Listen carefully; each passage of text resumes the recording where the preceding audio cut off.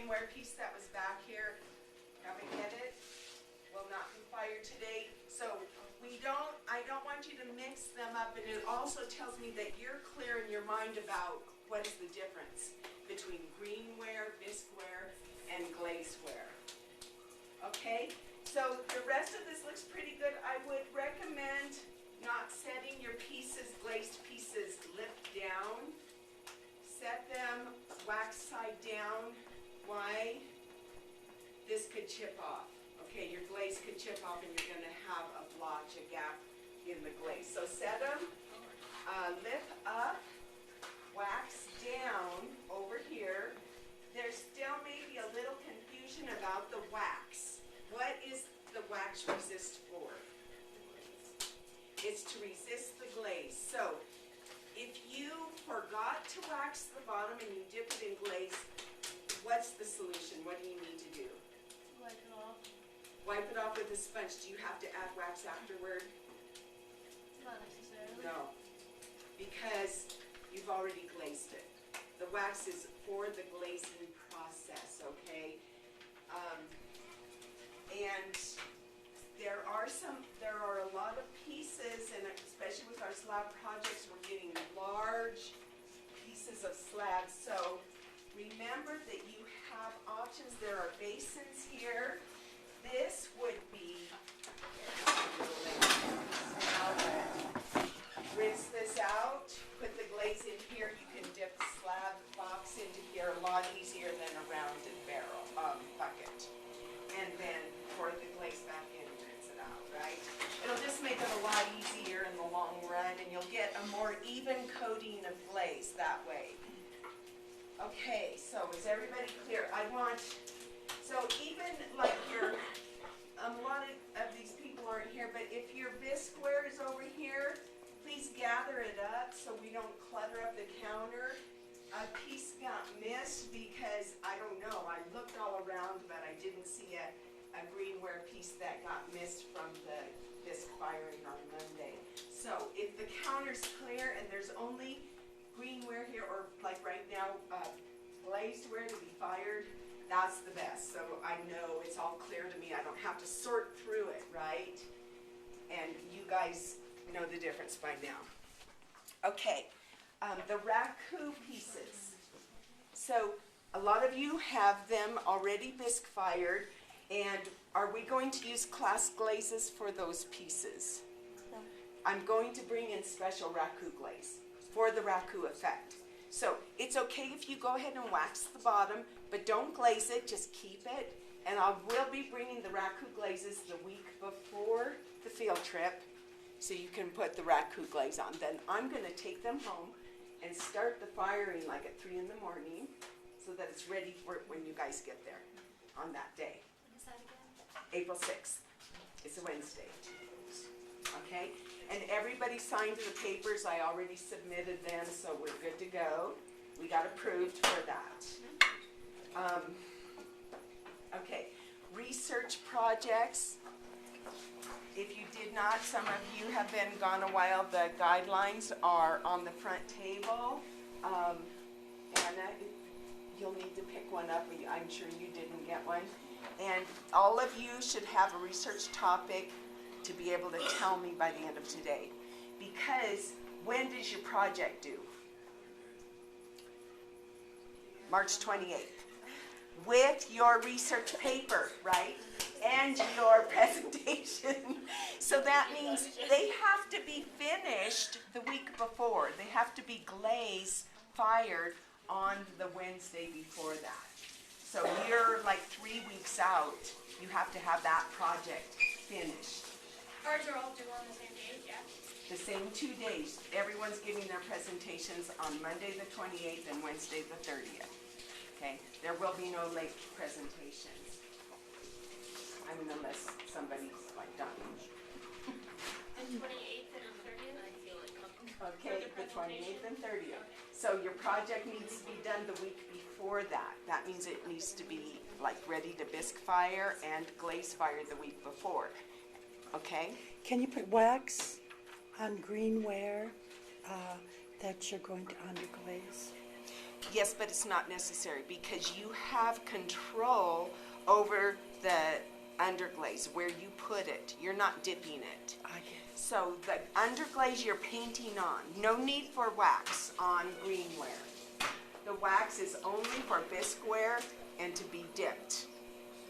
Okay, is everybody, other questions about the glazing process? Okay, so remember the midterm is Monday morning. We will get here, I will be here at 8:45. We'll unload the kiln. Anybody who has makeup quizzes still yet to take, will do that. And then we'll be doing the midterm at 9:15. You'll be grading yourself and I'll be coming around, okay? Is everybody clear on what's happening Monday? Okay, so we're moving on to your next two projects. And I say two because they're both your real projects. First one, project number 5, is a bowl. There is a size requirement of 3 inches by 6 inches. The sixth project is a cylinder, a mug, because I want you to also pull a handle for that. But today I'm going to be demonstrating, number 1, how to center clay, number 2, how to throw a bowl. Okay? Who has worked on the potter's wheel before? Okay, good. Who has successfully centered their own clay? Same people, mostly? Okay, good. So, when you are getting ready to learn how to center, you're going to start with a piece of clay that you can fit in your 2 hands about like this, in a ball form. That's going to be the easiest for you to center if you have not centered before. I'm choosing a bigger piece because I want to throw a bigger bowl. And so I can also show you how to manage a little bit bigger clay as well. But if you have not centered before, start with a piece like this. I don't think this will be enough clay for most of you to throw a 6-inch by 3-inch bowl. But it is the best to learn on. Okay, so after you wedge your clay, you come to your wheel. It doesn't take much water to throw to attach the clay to the wheel. I just dabbed a little bit of water on there to just moisten it a small amount. You'll see the ceramics 2 students, and I actually prefer to throw on a bat, like attach the plaster, or we have some masonite bats and throw on the bat, because then you just lift the bat off. But I will be throwing on the wheel and showing you how to cut your project off of the wheel and maintain its shape, okay? So, first step is visually center it. And get a pretty good smack down on there. I'm a little off to the side, so I'm just gonna make it easier on myself. Push it over a little bit. Give it a few seconds to set up on there. So, if I put a whole bunch of water, what's gonna happen to this? It's going to be wiggling around, and it's going to be impossible to center, okay? So just a small amount of water so that it will adhere. Okay, next thing, turn on the wheel. Some of these wheels reverse direction. If you are left-handed and throw left-handed, that will be a wheel direction of clockwise. Most of these are set for right-hand throwers, counterclockwise spin. Okay, who's left-handed? Okay, that's it? That's good. Wow. Okay, so Duncan will probably get you right onto a left-handed wheel, and what it is, I'm asking a lot of these, there's an extra button on there to switch direction of the spin, okay? So, you're spinning the wheel, and of course it's foot pedal operated. These, a lot of these wheels are a little spastic, so they'll kind of just go, so you just have to kind of work with them with the clay, with your speed. So the first thing I'm doing is situating myself so that I'm close to the wheel. I'm not going to sit back here and try to center. It's too hard, too difficult, and it's way too hard on my back. Does anyone have back issues? Because if you do, it might be painful we may have to revise. And that goes with all of you. I mentioned it early in the class on the first day, but if you have physical limitations or back problems, you may not be able to work on the wheel, but you may. So give it a try, but if it's painful, we will alter and revise the projects for you, okay? So, fairly fast speed, I'm over the wheel. I'm bracing my arms on my knees and or the wheel, and I'm coming onto the wheel. Always, this is one of the most frequent things I see, mistakes. Put your hands on, then start the wheel. It's really difficult to work that way. It's almost impossible to center. So, spin the wheel first, add speed to the wheel, then put your hands on it. Starting at the base, you're resisting the movement. And come on up. You see how I'm right over this clay, and I'm using my body weight as well as my strength to center it. So the top is centered, and centering means pushing the clay in and down so that there are no wobbles in it, okay? So it's almost centered at the top. That was the first pull up to a cone. Then the second step is I press it down. If I start wobbling, then I'm off centered. I need to redo the pull up to the cone. And then one hand on top, one hand pushing in. Okay? Don't kink your arms and wrists around like this. It's just too much stress on your wrist. Try to keep straight through here. You also get more strength and pressure that way. Pressing down and in. And I'm cupping a little bit over the edge. You can't really see that I'm doing that. But if I don't, what's going to happen is I'm going to get a mushroom thing going, which I don't want. So I'm going to push that back in, and I'm overlapping this upper edge and just keeping it round. Now for a bowl, I am aiming for a shape like this. For a cylinder on the wheel. For a cylinder, I'm aiming for a shape more like this, right? Because of the base, the diameter of the base. Okay, so I'm going to finish that, bring it down. And then your instructions say to do it again. There's still a little wobble down there. I can feel, you can see my finger wobbling, or you can like check it with a tool. There's definitely a wobble down there. So I'm going to again come down to the base. Get up to a cone. Now, if you do this a second time, you're going to get a volcano effect that you'll have to collapse that. Okay. And then, again, I'm pushing this down. As I said before, some of you are going to take right off with this, and some of you are going to have more difficulties with centering and throwing. Real individual things. So I'm bringing this down into that mound that I described in the shape, a little bit flatter, and finishing the centering down to the wheel. Okay. So that is centered, not wobbling. Good. Okay. All the way up to the top, all the way down the sides. If you have trouble centering way down here, now I'm a little bit off-centered way at the base. I'm just going to leave that alone because I've thrown long enough to know that that's not going to be a problem. But if that bothers you, or you want it completely centered, or it comes a little higher and you're just having trouble centering that last little bit at the base, just trim it off with your large needle tool. And I'm going to do it right here so you can all see. But mostly I, as a right-hand thrower, am going to work in the 3 o'clock position. Okay? This is the clock. Left hand, 9 o'clock. So I'm just going to trim that off. Okay? This is going to sound bad. There.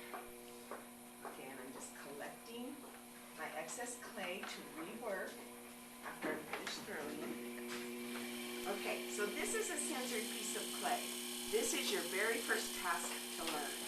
And After you have centered the clay, what you're going to do, the next step to throwing the piece is to open it. Okay? There are different ways to open, some different techniques, but all of them involve keeping a reference point for yourself on the outside of the clay. Pressing either your thumbs straight in, using a very fast speed, or reference point with this hand, pushing these fingers down as a reference, right into the very center, or like this. Okay, with my thumbs giving me my reference point. Okay, so how far do I want to go down? I want to go down because I am cutting my project off the wheel. I want to leave a 1/2 inch at the base. If I were throwing on a vat, I would only need to leave about a 1/4 inch or 3/8. So I'm down about, let's find out. I think I'm down about 3/4 inch. And how am I going to tell? I'm going to use my needle tool to press right into the middle, put my finger in where it touches the clay, and pull it out to check. Okay, oh, that's pretty close to a 1/2 inch. I'm not going to press down any further. Now I'm going to use the opposite end of my large ribbon tool. If you have a new tool, you're going to want to pad your fingers and protect them from this sharp edge. Okay, and I'm using this to do 2 things. To compress the base, to compress the inside base, and to pull out the wall.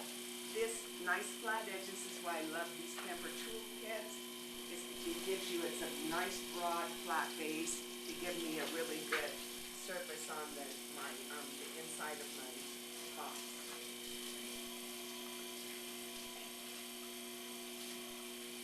And I'm going forward to the center, coming back out and extending it a little bit. Forward to the center, coming back out to extend. Forward to the center, and I'm pulling to like between 5 and 6 o'clock toward myself. If I'm feeling any resistance on my hands at any time working on the wheel, too much friction on the clay, dip in the water for a little bit more lubrication.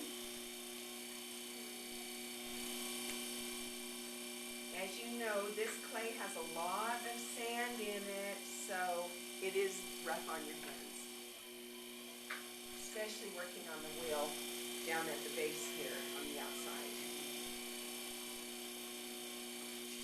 Okay. Back to the center. So, there, I see a lot of cracked bases. Okay. On first projects. And the 2 main causes for that are, number 1, too much water collection inside. Number 2, not enough compression. So, use your sponge to get the excess water out. Always keep the wheel moving and make sure you're compressing the base enough. That's the number 2 prevention for cracked bases. Okay, so I have a base diameter that's probably 4.5 inches, close to 5 inches. And it's even on the bottom. Okay, if any of you want to see, just come forward. This is very important before you proceed in any direction, is to establish the base of your pot on the wheel. Always establish the base before you work on the walls at all. And I see an air bubble in there, so I'm just going to pop it. There's a little air bubble on the side.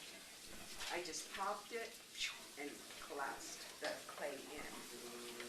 Okay.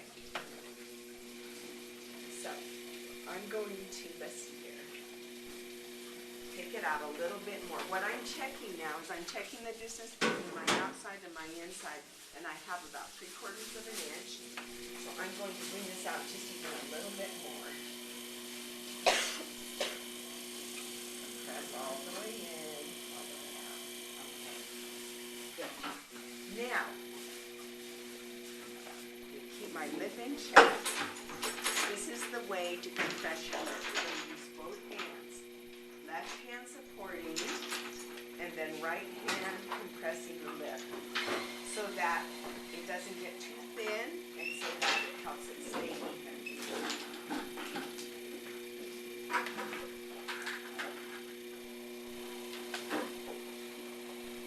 On the base, this gives you a nice flat surface.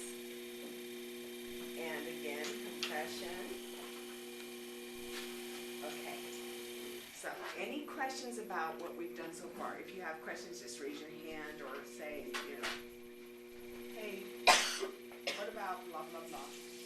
Okay, so it's a little uneven, and that unevenness is going to come out as I pull up the sides, which is my next step. I'm going to form the sides. Now, always you want to work one hand in and one hand out. This is not an appropriate way to throw the sides because you're going to get warping and you have very little control. Okay, there are different ways to manage the side and pull it up. You can use just your fingers, and I'm going to show you how to use the rib and show you how to use the sponge. Okay, it depends on what you like. So first I'm going to use the sponge. I'm coming down to the base and holding on the inside. Fingertip opposing fingertips. Okay, always. Not straight fingers. This is the other big mistake I always see is this. You have very little control over that, and it's difficult for you to gauge what's between your fingers. So bend your fingers and oppose that. I'm coming down here at the base. My fingers are about this far apart, and that's a really good distance for the first pull up. I'm going to maintain that as I slowly move up the clay at 3 o'clock position. Okay, slowly. I'm making the very, very smallest increments coming up.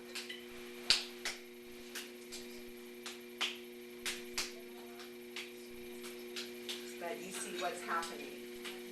The wall is coming up, it's getting taller, and it's getting thinner, which you probably can't see.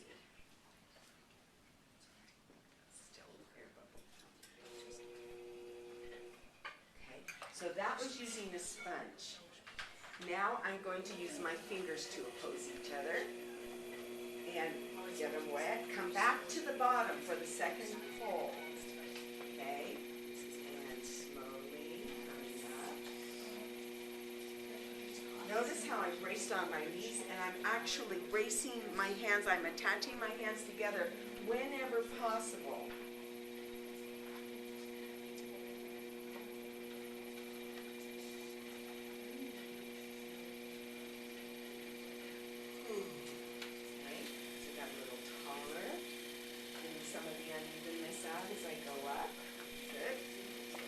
My favorite way to throw is with a rib, and you're using this rounded edge in place of your fingertips on this right hand, okay?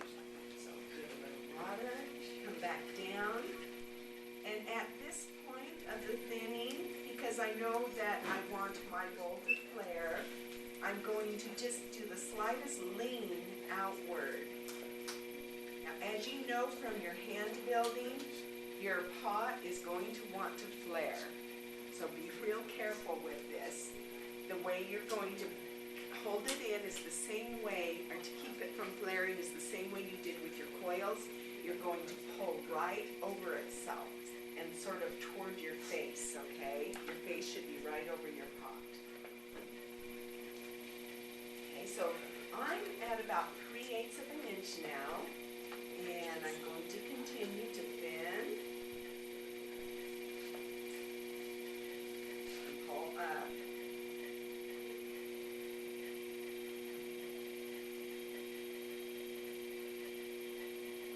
Okay. For your bowl, for 6 inches diameter, you're going to mostly pull straight up, and then you're going to shape it with your rib, and I'll show you how to shape it with the rib in just a moment. Okay, I I'm getting a little water accumulation in there, which I don't want. Wipe it out. Back to the outside.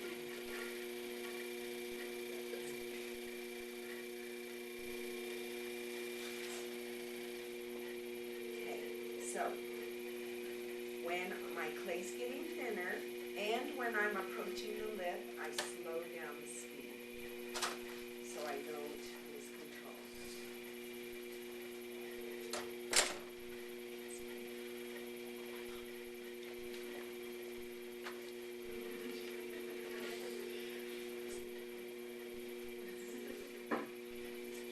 Okay, just about there, and I feel another air bubble. In fact, you can see it.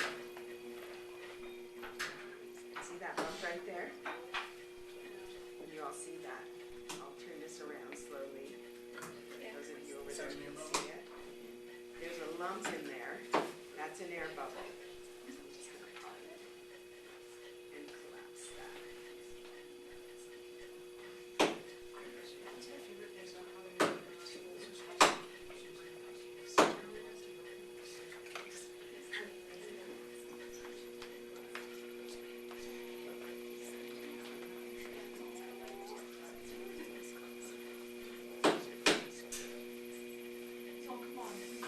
Okay, and this is going to be my last pull because I'm at about 1/8 inch thickness. I don't expect you to get that thin, but 3/8 is a good thickness for a pot. Okay, so the sides are done being thinned and pulling up, and I'm ready to shape it. So the first thing I'm going to do is make sure my lip is even.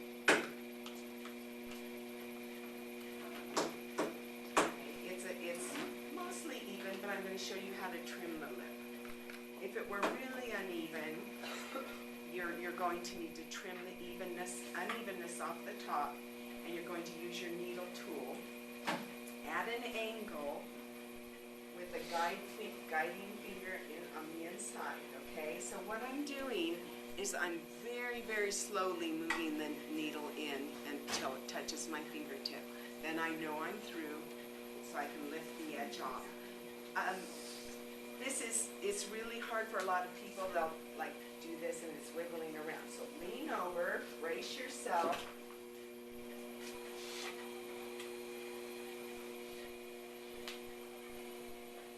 And you can either stop or lift up. Use your needle tool to pull that out. You're going to start the pot. Okay. And I have a nice even lip for sure now. And I'm going to just smooth it off with this sponge.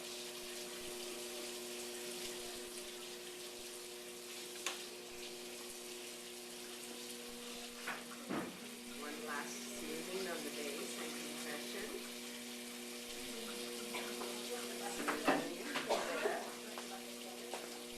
And now I am ready to shape it. So I'm smoothing the lip first because it might be a little tricky after I shape it. To shape it, I'm going to use that nice curve on the rib. And then I'm bracing myself, using it about, 4 o'clock. Using that nice shape of the rib to give me a nice bowl, rounded shape on the inside.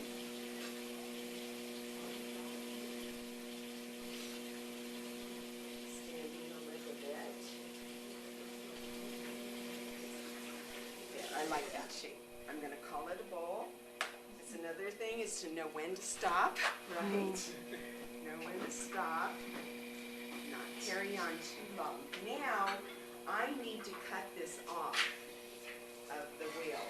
So, first thing I'm going to do is trim a little bit. This is going to sound bad.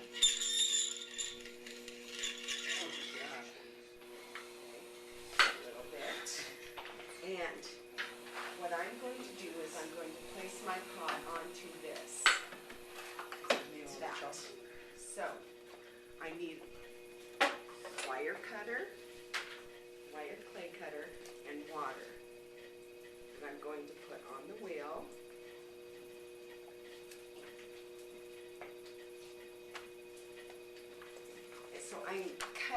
and I'm sliding the water underneath at the same time.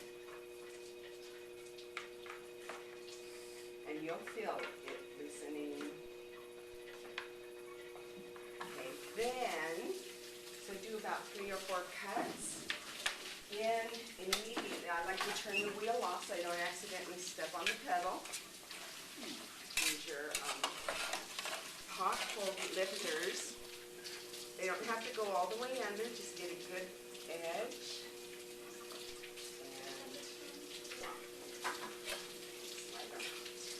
Okay. Now, what you're going to do is you're going to allow your bowl to dry to leather hard and then trim the foot.